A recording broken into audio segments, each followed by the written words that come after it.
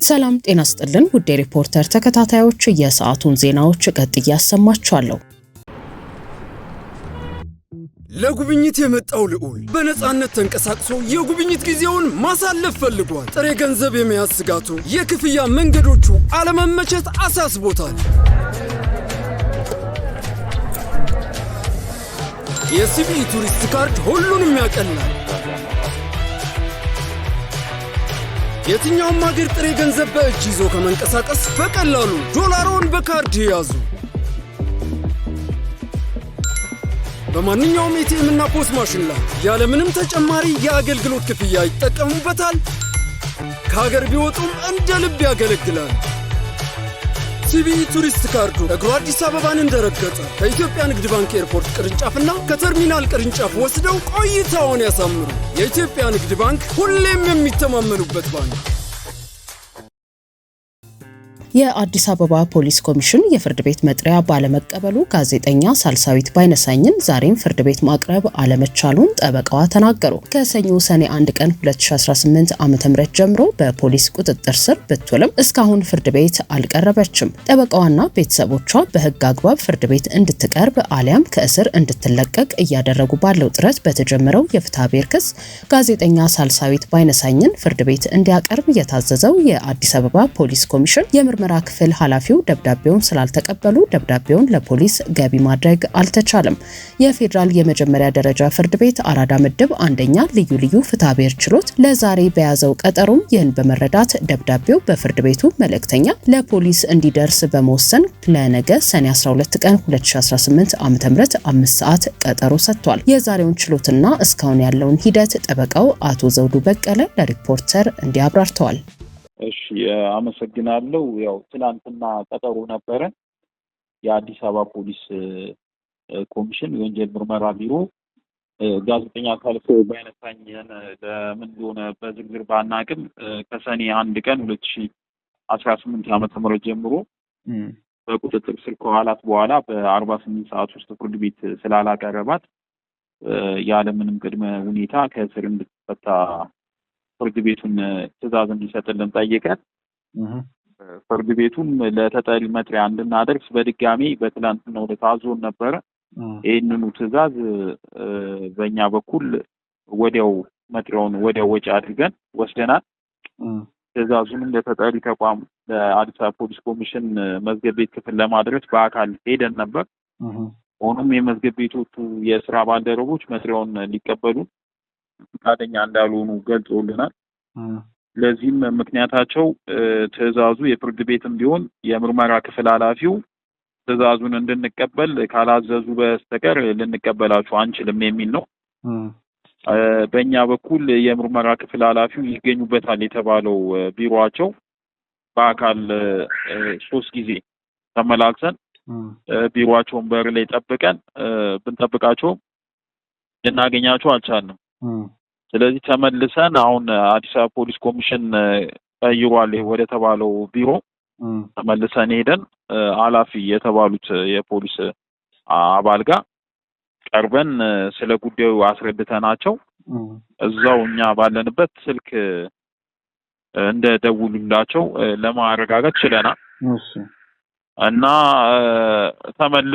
ተመልሰን የቀድሞ ሱራምባ አጠገብ ያለው የአዲስ አበባ ፖሊስ ቢሮ እሳቸው እዛ ስለሚገኙ ተመልሳችሁ መሄድ ትችላላችሁ ተብለን ድጋሚ ሄደናል። እዛ ድጋሚ ብንሄድም አሁንም በተመሳሳይ ልናገኛቸው አልቻልንም።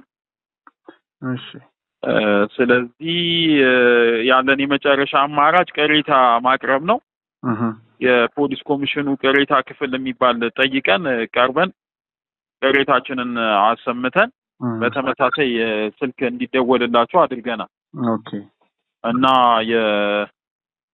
እንደዛም ሆኖ ያው መዝገብ ቤትም ሆነ እሳቸው መጥሪያውን ለመቀበል እሳቸውን በአካል ማግኘት አልቻልንም። መዝገብ ቤት ደግሞ ያለ እሳቸው ትዕዛዝ መቀበል እንደማይችሉ ስለገለጹልን መጥሪያውን ለማድረስ ሳንችል ቀርተናል። ይህንንም ሁኔታ ያው ተጠርጣሪ ጋዜጠኛ ሳልሳዊት ባይነሳኝ ቤተሰቦች በተለይም ወይዘሮ ሃይማኖት ባይነሳኝና ወይዘሪት ኤልቤተል ባይነሳኝ አብረውን ሲንቀሳቀሱ ስለነበረ እነሱን የተከበረው ፍርድ ቤት በምስክርነት ሊሰማቸው እንደሚችል ለፍርድ ቤቱ ገልጸናል በቃለ መሃላ። የጽሁፍ ቅሬታ ማዘጋጅቶ የነበረውን የጽሁፍ ቅሬታ ለፍርድ ቤቱ አቅርበናል። ስለዚህ በአጠቃላይ ፍርድ ቤቱ ለፍርድ ቤቱ ዛሬ በነበረው ውሎ ያረግነው በቃለ መሃላ የአመልካች የኛ የችሎቱን ትዕዛዝ መጥሪያ ለተጠሪ ለማድረስ የምንችለውን ሁሉ ጥረት እንዳደረግንና የተጠሪ መዝገብ ቤት የፍርድ ቤትን ትዕዛዝ ቀጥታ ሊቀበለን ፈቃደኛ ባለመሆኑ ኃላፊውን ጉዳዩን እያወቁ ትዕዛዙን ለመቀበልና ማረጋገጫ ለመስጠት ፈቃደኛ አለመሆናቸውን ፍርድ ቤቱ እንዲረዳልን ጠይቀን ለትክክለኛ ፍትህ አሰጣጥ እንዲረዳና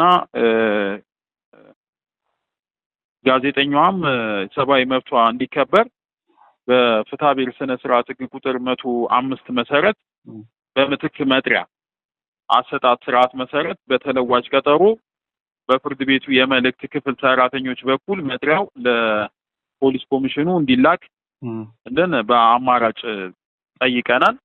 ይህንን ፍርድ ቤቱ የማይቀበለውም ከሆነ በአራዳ ክፍለ ከተማ ፍትህ ቢሮ በኩል አማካኝነት መጥሪያው እንዲላክልን፣ ይህንን የማይቀበለው ከሆነ ፍርድ ቤቱ መጥሪያውን ያለ ተጨማሪ የኃላፊ ትዕዛዝ አልቀበልም ያሉትን የፖሊስ ኮሚሽኑ መዝገብ ቤት ኃላፊ በማስቀረብ መጥሪያውን በችሎት እንዲደርሳቸው እንዲያደርግልን፣ ይህንንም ማድረግ ካልቻለ ፍርድ ቤቱ የተገቢ መስሎ በታየው በማንኛውም ዘዴ ተጠሪን ወይም ደግሞ የፖሊስ ኮሚሽኑን መጠራቱን እንዲያደርግልን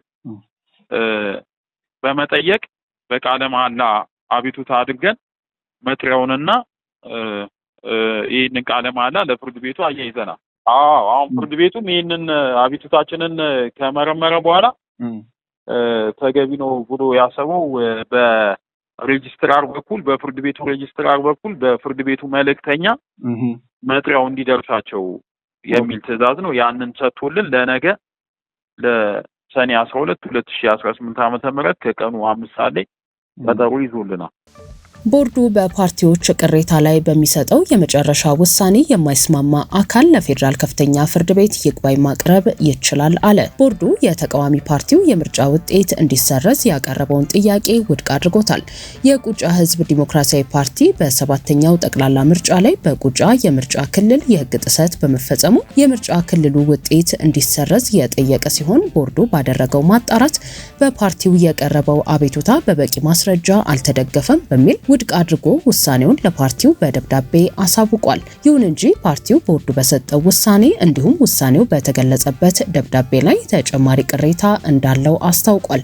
ሰኔ 9 ቀን 2018 ዓ.ም ወጪ በሆነው ደብዳቤ የኢትዮጵያ ብሔራዊ ምርጫ ቦርድ ዋና ሰብሳቢ በስራ ላይ እያሉ በምክትል ሰብሳቢ ፊርማ መውጣቱ በደብዳቤው ላይ ከቦርዱ ማህተም ይልቅ በቦርዱ የፖለቲካ ፓርቲዎች ዘርፍ ማህተም ያረፈበት መሆኑንና ደብዳቤው ለፓርቲዎች ከመድረሱ አስቀድሞ በተለያዩ ማህበራዊ ሚዲያ አውታሮች መዘዋወሩን በመግለጽ የደብዳቤውን ቅቡልነት የሚያሳጡ ጉድለቶች አሉ በማለት ተቃዋሚ ፓርቲው አስታውቋል። የቁጫ ሕዝብ ዲሞክራሲያዊ ፓርቲ ያለበቂ ማስረጃ ለኢትዮጵያ ብሔራዊ ምርጫ ቦርድ ያቀረብኩት አንዳች አቤቱታ የለም ሲልም ገልጿል። ቅሬታ በቀረበበት በቁጫ ምርጫ ክልል ገዢው ፓርቲ ምርጫውን አሸንፏል ተብሎ ቢታወጅ ትርጉም አልባ መሆኑ ይታወቅልኝ ሲል በመግለጫው ጠቁሟል።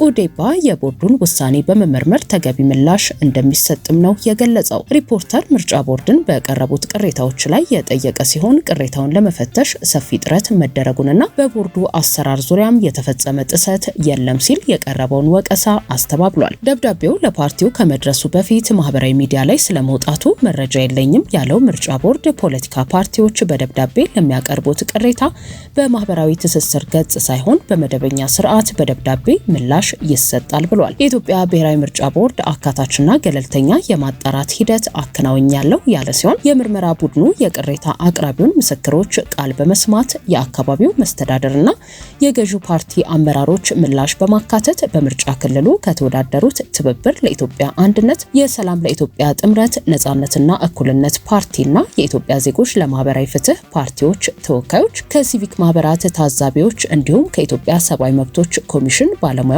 መረጃ በማሰባሰብ የተሰጠ ውሳኔ ነው ሲል ቦርዱ ለሪፖርተር ሪፖርተር ገልጿል። ቦርዱ በቀረቡ ምስክሮች ላይ የቃል መፋለስና ከእጃቸው የተጻፈ ጽሑፍ እያነበቡ ለመመለስ መሞከርን ጨምሮ ክፍተቶች እንደነበሩ የጠቆመ ሲሆን ቅሬታ በቀረበበት ቦታ የነበሩ የፓርቲ ወኪሎችና ታዛቢዎች ጥሰት አለመፈጸሙን በቃለ ጉባኤ ማረጋገጣቸውም ታውቋል። ቅሬታ አቅራቢው ኦዴፓ ከሰው ምስክርነት ውጪ ያቀረበው ምንም አይነት የሰነድ የፎቶ ወይንም የቪዲዮ ማስረጃ የለም ያለ ሲሆን ፓርቲው የፎረንሲክ ምርመራ እንዲደረግ የጠየቀ ቢሆንም ከ80 ሺህ በላይ መራጮች ባሉበትና የሰዎች አሻራ አስቀድሞ ባልተመዘገበበት ሁኔታ ይህንን ማድረግ እንደማይቻል በምርመራ ሪፖርቱ ላይ ተገልጿል። ደብዳቤው በምክትል ሰብሳቢ ለምን ተፈረመ ስለሚለው ደግሞ የቦርዱ የውስጥ መዋቅር ለስራ ቅልጥፍና ሲባል የተከፋፈለ በመሆኑና የቦርዱ ምክትል ሰብሳቢ የፖለቲካ ፓርቲዎች ዘርፍን በኃላፊነት የሚመሩ በመሆኑ በኦዴፓ ቅሬታ ላይ ብቻ ሳይሆን ከማንኛውም የፖለቲካ ፓርቲ ጉዳዮች ጋር በተያያዘ የሚወጡ ይፋዊ ደብዳቤዎችን የመፈረም ኃላፊነት የተሰጣቸው በመሆኑ ነው ብሏል። ደብዳቤው በምክትል ሰብሳቢው ይፈረም እንጂ የተሰጠው ውሳኔ ግን የስራ አመራር ቦርዱ ውሳኔ መሆኑ ሊታወቅ ይገባል በማለትም አስታውቋል። ከማህተም ጋር የተያዘው ቅሬታም ቢሆን የቀረበው አቤቱታና ጉዳዩ በቀጥታ ከፖለቲካ ፓርቲዎች ክትትልና አስተዳደር የስራ ክፍል ጋር የሚገናኝ በመሆኑ ነው ተብሏል። በቦርዱ ህጋዊ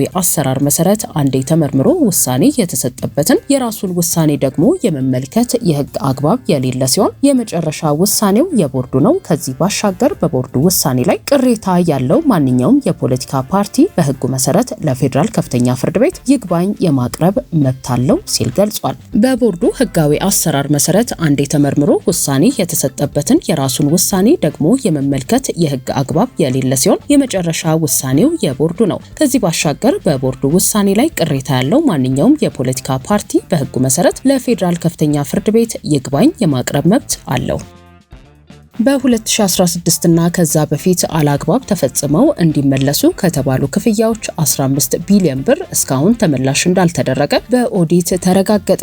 ስድስተኛው የኢትዮጵያ የህዝብ ተወካዮች ምክር ቤት በ5ኛ ዓመት የስራ ዘመኑ 26ኛ መደበኛ ስብሰባውን ዛሬ ያካሄደ ሲሆን የፌዴራል ዋና ኦዲተር መስሪያ ቤት የፌዴራል መንግስት መስሪያ ቤቶች የ2017 በጀት ዓመት ሂሳብ የፋይናንሻል የህጋዊነትና የክዋኔ ኦዲት ሪፖርትን አድምጧል። በ2016 ዓ.ም.ና ከዛ በፊት ባሉት የበጀት ዓመታት የሂሳብ ኦዲት ግኝቶች መሰረት አላግባብ የተፈጸሙ ክፍያዎች ተመላሽ መደረጋቸውን ለማረጋገጥ ኦዲት ሲደረግ በጠቅላላው እንዲመለስ አስተያየት ከተሰጠበት 21 ቢሊዮን 570 ሚሊዮን 556577 ብር እንዲሁም 23200 ዶላር ላይ በብር 31 በመቶ ብቻ ተመላሽ ተደርጎ ወደ 15 ቢሊዮን ብር ገደማ ያልተመለሰ ሲሆን በዶላር መመለስ የነበረበት 23200 ብር ደግሞ ሙሉ በሙሉ ተመላሽ አልተደረገም። የፌዴራል ዋና ኦዲተር መስሪያ ቤት ባካሄደው የክዋኔ ኦዲት ደግሞ በኢትዮጵያ ጉምሩክ ኮሚሽን የተወረሱ ንብረቶች አያያዝ አጠባበቅና አወጋገድን በተመለከተ ሲያብራራ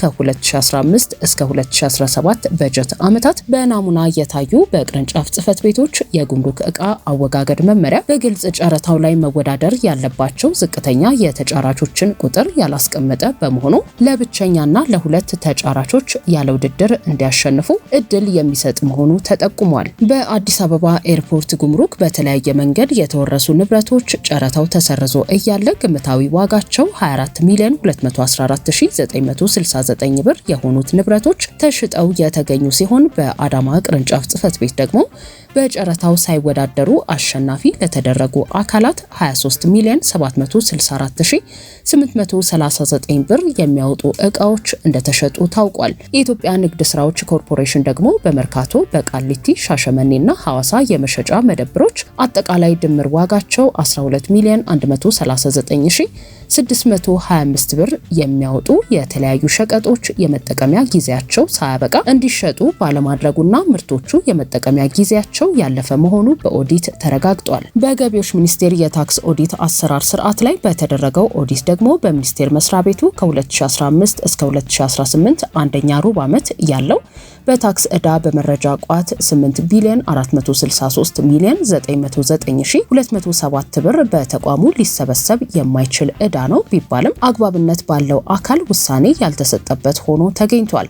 በሲቪል ማህበረሰብ ድርጅቶች ባለስልጣን በኩል ደግሞ በባለስልጣኑ በሲቪል ማህበረሰብ ድርጅትነት ተመዝግበው ነገር ግን የበጎ አድራጎት ስራ የማይሰሩና ገቢ ማመንጫ ላይ ብቻ እየሰሩ ያሉ ድርጅቶች የተገኙ ሲሆን ሳንፎርድ ትምህርት ቤት፣ ተርኪሽ ማሪፍ ትምህርት ቤት፣ ጀርመን ትምህርት ቤትና ግሪክ ትምህርት ቤት በሲቪል ማህበረሰብ ድርጅትነት ቢመዘገቡ የበጎ አድራጎት ስራ እየሰሩ እንዳልሆነ ተረጋግጧል። የፌዴራል ዋና ኦዲተር መስሪያ ቤት ለ2017-18 በጀት ዓመት ከተፈቀደው 413.39 ሚሊዮን ብር መደበኛ በጀት ላይ በ10 ወራት ውስጥ 322 ሚሊዮን ብር ወጪ ይሆናል ተብሎ ታቅዶ 274.57 ሚሊዮን ብር ጥቅም ላይ መዋሉን ጠቁሟል።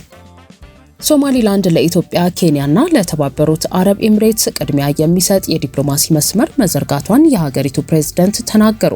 ፕሬዝዳንቱ አዳዲስ ቀጠናዊ ስምምነቶች ሊኖሩ እንደሚችሉ ፍንጭ ሰጥተዋል። ሶማሊላንድ በምስራቅ አፍሪካና በባህረ ሰላጤው ቀጠና ያላትን ተጽዕኖ ለማሳደግ ለኢትዮጵያ፣ ለተባበሩት አረብ ኤሚሬትስና ለኬንያ ቅድሚያ የሚሰጥ የዲፕሎማሲ መስመር መዘርጋቷን የሀገሪቱ ፕሬዝዳንት አብዱራህማን መሐመድ አብዱላሂ ገልጸዋል። ፕሬዝዳንቱ ይህንን ያሉት ከአይ24 ኒውስ የቴሌቪዥን ጣቢያ ጋር ባደረጉት ቃለ ምልልስ ሲሆን በምስራቅ አፍሪካ ቀጠና እንደ ኢትዮጵያና ኬንያ እንዲሁም የተባበሩት አረብ ኤሚሬትስ ያሉ ሀገራት በሶማሊላንድ ዘንድ ቅድሚያ የሚሰጣቸው ሀገራት ናቸው ብለዋል። ሶማሊላንድ ከሶስቱ ሀገራት ጋር ያላትን ግንኙነት ወደ ላቀ ደረጃ ለማሸጋገር የጠበቀ ቀጥተኛና ክፍት የሆኑ የመገናኛ መስመሮችን ዘርግታ በንቃት እየሰራች መሆኑን አብራርተዋል። እስራኤል ሶማሊላንድ ከእንግሊዝ ነጻነቷን ስታገኝ የመጀመሪያዋን እውቅና የሰጠች ሀገር እንደነበረች የገለጹት ፕሬዝዳንቱ አሁን ደግሞ በድጋሚ እውቅና በመስጠት በኢየሩሳሌም የመጀመሪያውን የሶማሊላንድ ኤምባሲ ለመክፈት መወሰኑ በቀጠናው አዲስ ዲፕሎማሲያዊ መነቃቃት መፍጠሩን ጠቁመዋል። በቃለ ምልልሱ ወቅት ከአንድ ሀገር ተገንጥለው ለሚወጡ ግዛቶች እውቅና በመስጠት ረገድ የአፍሪካ ህብረት ቀዳሚውን ታሪካዊ ልምድ የሚወስድ መሆኑን በመጥቀስ ሶማሊላንድ መደበኛ እውቅና ለማግኘት በአፍሪካ ህብረት በኩል እየሄደችበት ስላለው መንገድ ጥያቄ የቀረበላቸው ፕሬዝዳንቱ አገላለጹን በመቃወም እኛ ተገንጥለን የወጣን ግዛት አይደለንም፣ ሙሉ በሙሉ ሉዓላዊ ሀገር የሆነን የረጅም ጊዜ ታሪክ ያለን ህዝቦች ነን። መሰል ሀገራት የአፍሪካ ህብረት በሰጠው እውቅና ስለመንቀሳቀሳቸው በታሪክ ያየነው ነገር የለም ሲሉ ተደምጠዋል። ሶማሊያ ነጻነቷን ያገኘችው ከሶማሊላንድ 5 ቀናት በኋላ በመሆኑ ሶማሊላንድ ከሶማሊያ፣ ከኬንያና ከኡጋንዳ የምትቀድም አንጋፋ ሀገር መሆኗን ተናግረዋል። በመሆኑም ከኢትዮጵያ፣ ኬንያና ከተባበሩት አረብ ኤሚሬትስ ጋር የሚደረጉት ግንኙነቶች በሉዓላዊ ሀገራት መካከል የሚደረጉ ቀጠናዊ ትስስሮች መሆናቸው ሊሰመርበት ይገባል ነው ያሉት። ከእስራኤል እውቅና ቀጥሎ በዝርዝር ውስጥ ያሉና በቅርቡ እውቅና ይሰጣሉ ተብለው የሚጠበቁ በርካታ ሀገራት እንዳሉ የገለጹት ፕሬዝዳንቱ በአሁኑ ወቅት ከአሜሪካው ፕሬዝዳንት ዶናልድ ትራምፕ አስተዳደር ጋርም የጠበቀ ግንኙነት እንዳላቸው አረጋግጠዋል። ሶማሊላንድ በእስራኤል ኤምባሲ መክፈቷን ተከትሎ የፍልስጤም አስተዳደርና የሶማሊያ መንግስት ስለሰነዘሩት ትችት ምላሽ የሰጡት ፕሬዝዳንቱ ግንቦት 17 ቀን 2025 ዓ.ም ለሶማሊያና ለሌሎች 192 የዓለም ሀገራት ይፋዊ ደብዳቤ ጽፈን ነበር። ሆኖም ለጥያቄው ምላሽ የሰጠችው ብቸኛዋ ሀገር እስራኤል ብቻ ናት በማለት ሶማሊላንድ ጥቅሟን ለማስከበር ከቀጠናው ሀገራትና ከዓለም አቀፍ አጋሮች ጋር የምታደርገውን ግንኙነት በማጠናከር ረገድ ከማንም የሚሰነዘርባትን ትችትም እንደማትቀበል ተናግረዋል። ይህ የዲፕሎማሲ ግንኙነት ከእውቅና ባሻገር ለሶማሊላንድ በቴክኖሎጂ፣ በግብርና፣ በውሃና በጤና ዘርፍ ተጨባጭ ጥቅሞችን እንደሚያስገኝ የገለጹት ፕሬዝዳንቱ ለዚህም ማሳያ እንዲሆን በዚህ ሳምንት ብቻ በልብ ህመምና በተለያዩ የአካል ጉዳቶች የሚሰቃዩ 8 የሶማሊላንድ ህጻናት በእስራኤል ከፍተኛ የሕክምና እርዳታ እንደሚያገኙ ተናግረዋል። ውድ ሪፖርተር ተከታታዮች የሰዓቱ ዜናዎቻችን እነዚህ ነበሩ። ስላደመጣችሁን ከልብ እናመሰግናለን።